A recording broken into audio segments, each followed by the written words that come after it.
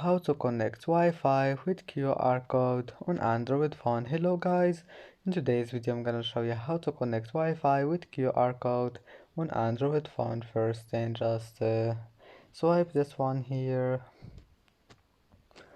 and then just click this one to get more options and then click edit switches, and here you need to find the scan and done, and here we'll find it. That's it, click on it, and now just scan QR code, or you can just find it here. Go to the camera and then click this one, and here we'll find it. And as you see, that's how to connect Wi-Fi with QR code.